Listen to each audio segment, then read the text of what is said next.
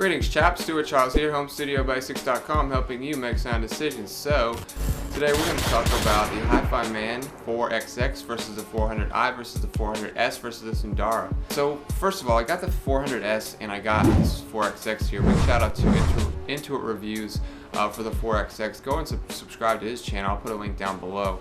I was also able to get the 400S from my friend Luke. Shout out to Luke as well if you're watching this. He was nice enough to let me demo this one. He got it used off of eBay. It's in really good shape. But as far as the other two, I went to Audio Advice. I figured that they would, they've let me borrow both in the past for comparison. But when I walked in and inquired about them, they were gone. And reason being that they dropped HiFiMan from their lineup due to, you guessed it, quality control issues. And honestly, I really don't blame them. We're gonna get into all that in a bit. But yeah, I wasn't able to get my hands on them because they are not there anymore. So yeah, so let's get right into build for all of these. So the 400S is lighter than the rest of them, coming in at around 350, 360 grams. My scale weighs it in at 360. Some websites you'll see 350. The 400i is around 370 grams. The Sundara is around 372. Some websites like Interfidelity and Tile said 379. And the 4XX is 406. Now, on drop, the 4XX, they advertise the 4XX at the same weight as the 400i, but it's not. It's not even close to 370 grams. It's 406, around that. And with the Dakoni pads, you're going to be adding an extra 11 grams to all of the weight here. We'll get into those pads in a bit as well. The 4XX is definitely going to be heavier than the rest of them. It does feel heavier, but it doesn't on your head, but it doesn't feel heavy on your head, if that makes sense. Like an Odyssey, while an Odyssey feels heavy, a 4XX still doesn't. The 400S and the 400i are definitely a lot lighter. And as far as the cabling, that's one of the main issues with the 400S, the 400i, I believe, and the Sundara. I didn't personally have issues with the Sundara's cabling. I did read reviews on Amazon that have had issues, but your mileage may vary. I mean, you're always taking a risk when you're buying a HiFiMan, to be honest, but I would say the risk is a little bit less so than it would be if you went ahead and bought a 400i, which I'm not going to recommend at all in this video. The 400S that I have now, it does sometimes tend to cut out the sound, and that's one of the HiFiMan's main QC issues. Happened a lot with the Ananda, and of course the 400i, the newer production run of the 400i. We'll get into that. The 400S that I'm demoing, unfortunately, it was cutting out, but a remedy that I found is just to simply unplug the 3.5mm jacks from each headphone or from each side of the cup and plug them back in. That seems to help the issue, but it does creep up from time to time, which is fairly disappointing considering how great the sound is of that headphone, 400S. With the 4XX, you're probably not going to have those issues, cabling issues, but you may have issues with the headband and the adjustment, and we'll get into that. There's always some sort of a trade-off when you decide to purchase a HiFiMan. There's always something that's gonna potentially go wrong, which is very unfortunate. The 400X is, of course, I just mentioned the adjustment on the headband. They do have a different piece of plastic than the 400i and the 400S did. The 400i's had the square piece, as well as the 400S also had the square piece of plastic that was used to adjust the headband, which basically moved the overhead padding up and down.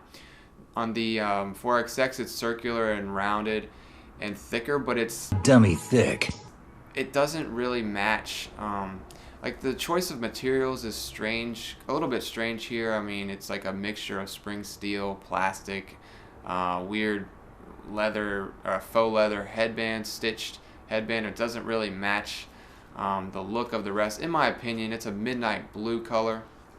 It doesn't look ugly or anything like that, but when you get it in your hand, it's kind of odd, the design choice, I guess. Yeah, so basically, the issue that you may have with the headband adjustment is when you move the slider up and down, that plastic piece on Intuit Reviews' model does not move on the right side. So I didn't want to mess with it.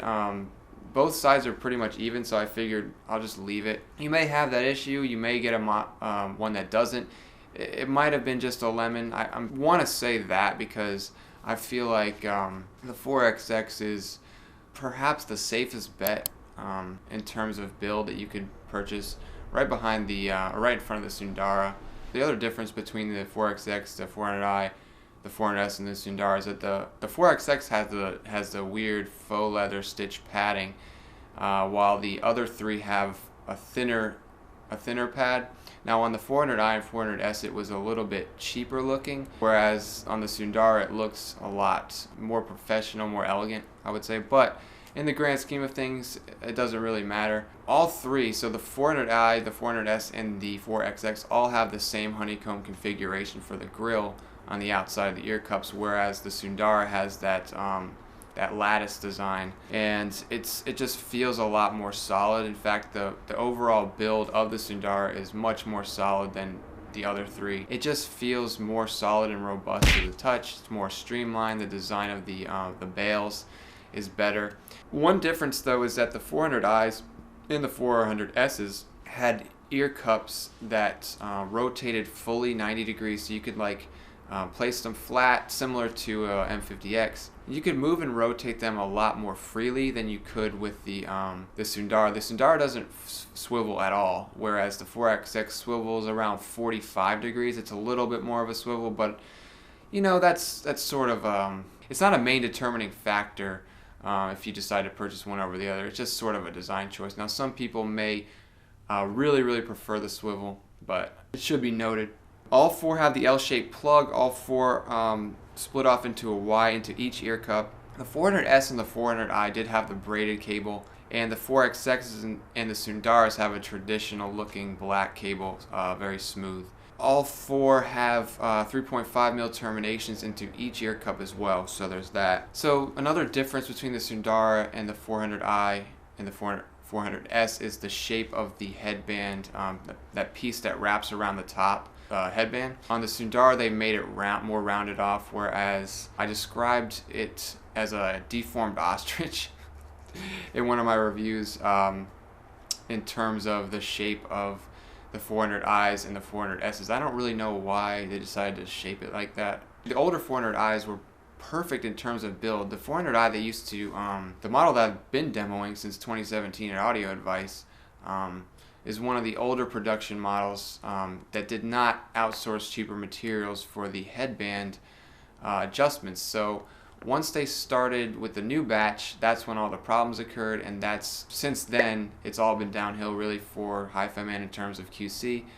It's progressively gotten worse to the point where they don't even carry, Audio Advice doesn't even carry their headphones anymore. The stock pads on the on the 400i's and the 400S's are also, and the Sundaras for that matter, are also fairly awful. Basically what happens is that they wrap the piece of faux leather around the cup, but they didn't give it enough real estate, so it's just like a thin sliver that goes around the circumference of it, and they haphazardly kind of glued it, and it's just god awful. It irritates me just thinking about it, because it will peel over time if you tend to swap out cups a lot. If you just stick with one set of pads and only swap them out when they wear down, you'd probably be okay. But if you tend to swap pads a lot, they're definitely going to break down over time. So I would just recommend to get the Coney sheepskin leather pads, and I'll put an image up of just why, or just how much better they are. It's a piece of leather. It's not glued on, first of all, and it rolls over top of it to where you don't. There's a lot more room. Like, so when it drapes over the top, there's a bigger piece of leather that goes around the circumference, and so it doesn't move at all, and it doesn't require glue. So it's just a much better design choice. I have no idea why HiFiMan didn't employ that to start, but it's a little disappointing that it took a separate company altogether to make a better pad for the 400 series, but I digress. All four terminate in a 3.5mm jack and come with a 1/4" adapter. Let's get into comfort. So yeah, comfort is very good on all four of these, although I would say that unfortunately on the 4XX it's a little bit worse because of the headband. It kind of tends to dig into your head after overextended listening sessions, whereas the 400S definitely reminds me a lot of wearing an HT600. It's like, I made this weird analogy in my article. It's like receiving a warm hug from from an old friend, and that's really how I actually do feel about wearing an HE600, but also wearing an HE400S. It's just, it fits perfectly on your head, and it's light enough. It's light enough to ensure that you're not going to be really adjusting it much over long listening sessions. Now, it's not to say the 4XX's comfort is bad. It's also pretty good, but it is heavier. But yeah, it does tend to dig a little bit more so than the others. I find that the comfort on the 400i, 400S, and Sundara are roughly the same. They have the same ear cups, like I mentioned, same padding and all that stuff. Clamp force is very, very good. Definitely not as tight as an HC600 fresh out of the box. Stop, look, and watch. Ready yet? Get set. It's all that. Yeah, the 400S, 400i, Sundara are going to probably need minimal adjustments over long listening sessions, whereas the 4XX will probably need a little bit more. Just know that very, very good comfort-wise. Let's say probably a little bit above average. You will be making some adjustments with all of them, but less so on the, or more so on the 4XX and less so on the others. So, what about sound and imaging? Definitely check out my review. I go into a lot more depth. You can listen to songs I heard, albums that I listened to. Keep in mind that I've been demoing these headphones since 2017, so I've listened to a ton of music that I really can't even remember all of it right now, but the music in my review will be some of the more recent albums and songs that I've heard or that I've demoed. The 400S overall, it does present the most difference in terms of sound signature. The bass does roll off more so than the others, and the treble is definitely more, well, the treble on both the 400S and the Sundara is more relaxed. I would say the treble on the Sundara is the most relaxed out of all of these, followed by the 400S, then the 400i, and then lastly the 4XX. The treble on the 4XX is almost ruined the sound signature for me. I don't know why they decided to put a spike around 10K. It's just entirely unnecessary. It renders the treble just a little bit essy and metallic and just spiky and peaky sounding where it doesn't really need to be. I mean, you can always EQ it down like Metal 571, but I much prefer the treble on Sundara, even despite the fact that the Sundara has been accused of being almost too laid back, too relaxed at times. I can see that, but if it comes down to treble bite versus no treble bite, I'm always going to take no treble bite every day and twice on Sunday, homie. 400Is are also more relaxed in the treble, but maybe less so than the Sundara. When I initially reviewed the big three, I found that the Sundara was a cross between the 400i and the 400S. I found the 400i was really a lot warmer than the 400S, but maybe also a little bit warmer than even the Sundara. Some people will go back and forth on that. It just really depends. It could go one way or the other, honestly. From what I remember, the 400i sounded warmer, but it actually could be the other way around. I'd have to, like I said, I'd have to listen to the Sundara again, which I tried to do, but as you guys know, I wasn't able to. Yeah, the other main difference is that this the bass on the 400i, the Sundara, and the 4XX is roughly the same. It's it maybe rolls off a little bit, or is mostly a flat line. I would say that low-end extension, sub-bass extension is very good on all of these. Very textured, refined, and just a lot smoother and more realistic than a dynamic driver headphone, which is one of the main differences between the planar and the dynamic, which we'll get into in a bit. So yeah, the bass on the 400S does roll off more than the others, which is the main difference there. I also, when I first reviewed the 400S and compared it to the 400i, I found the 400S, probably because of that rolled off bass, does come across as a little bit grainier than the 400i. Although I don't find the 400S grainy on its own. It's only when you put it up against the others that it kind of does sound a little bit more maybe forced, like it's trying a little bit too hard to impress you, whereas the 400i doesn't really care what you think about it. So if I were to use a sliding scale, I would say that the 400S is going to be the coolest. You cool, man? Like how? Followed by the 4XX, then the 400i, and then the Sundara. So all four of these headphones do really, really well with like quieter passages, but also rock, of course. They excel with a wide variety of genres. The timbre and soundstage, especially. Now, when I was listening to the 4XX, I made a note to remind myself that the 4XX still does retain that same magic that made me love the 400i when I first heard it.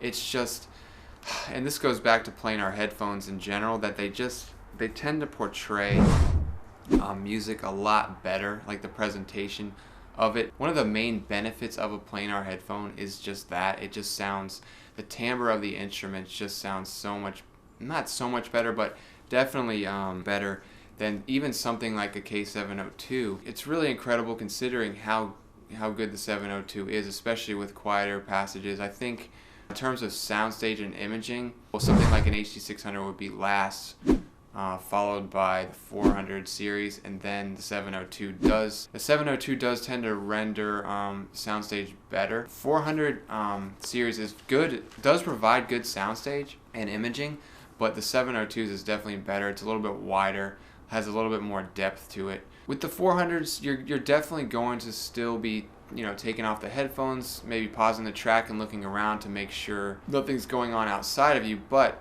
the 702s just improve on that sentiment a little bit more. In my Focal Utopia review, I mentioned the phenomena of these layers being peeled back to reveal more of the quality of the vocalist's voice, his vocal inflections, just the timbre and character of the guitars and instruments.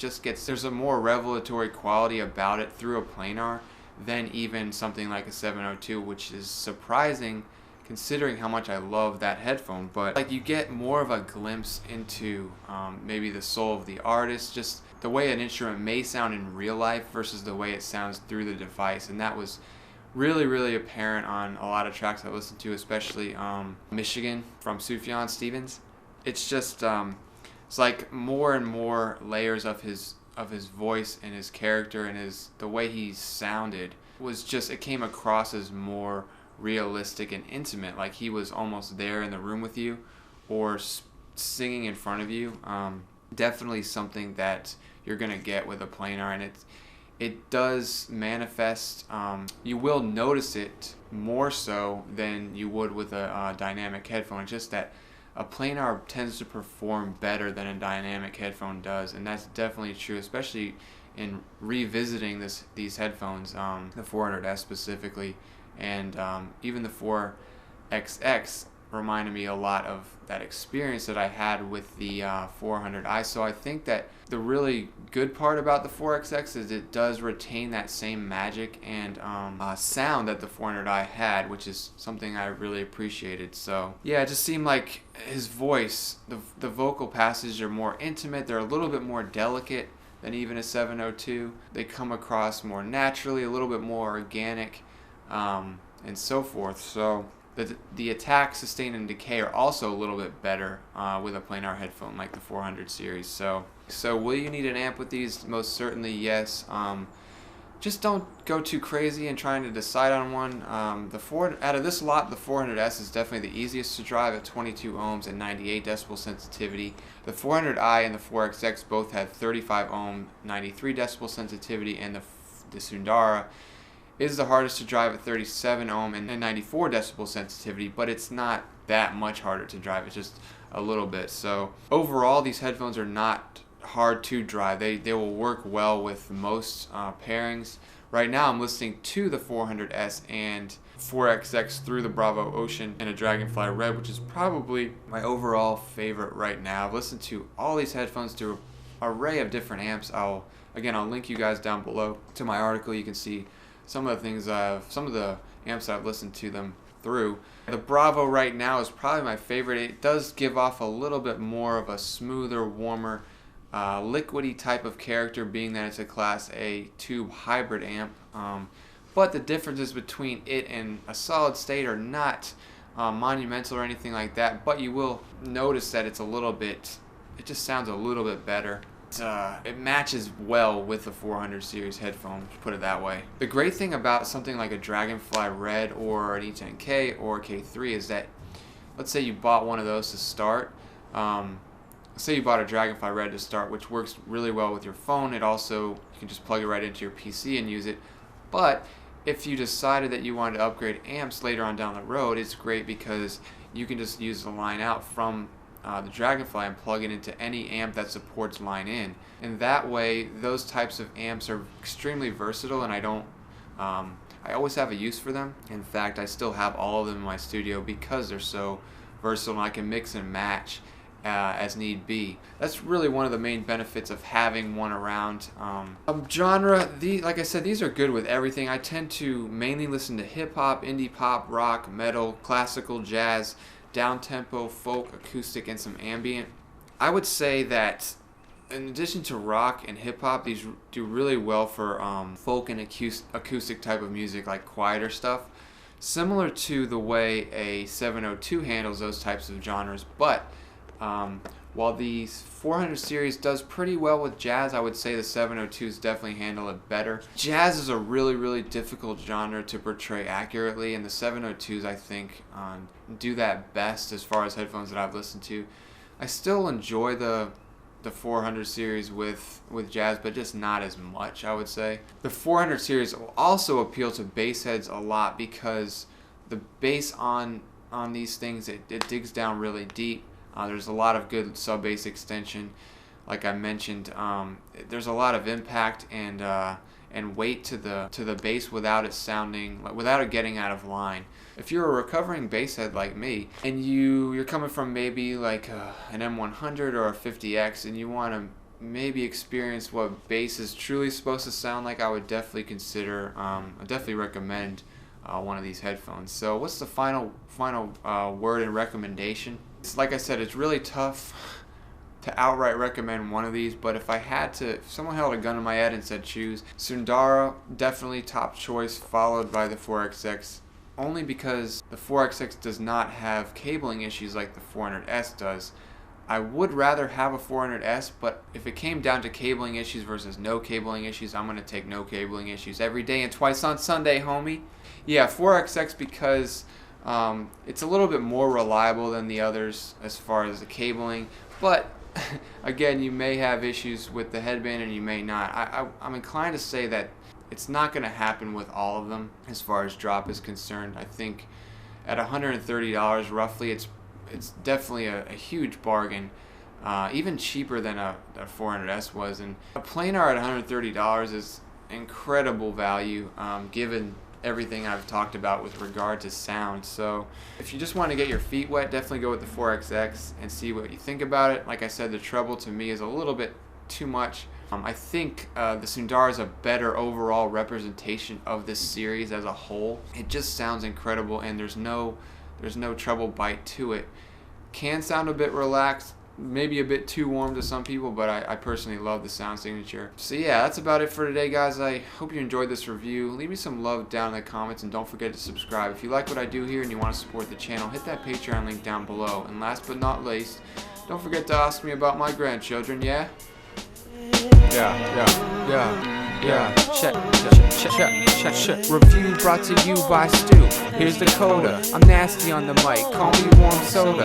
Chopped up this beat real fine like cold produce. Steady in my veggies so I can focus on my David Copperfield. Y'all hocus pocus. A little loopy when I wrote this. Esoteric dopeness. Cultivating the will of a soldier. Fighting through the pain like Dooku. I told ya, sold you on my style. Snapping on cats like Private Pile. I get semi-wild every once in a while. 911 on the dial. Alone at the top with no rival. Dark is my world without a Bible. Without God's love there's no survival. So my mindset is tribal. Yeah, my mindset is tribal. Yeah, my mindset is tribal.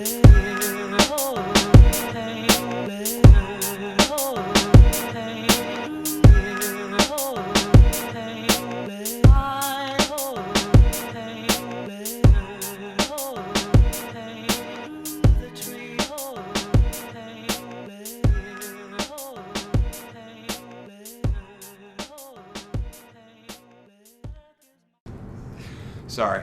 I went off on a little bit of a nostalgic rant. Do you guys ever have recurring dreams about plane crashes? Because I do.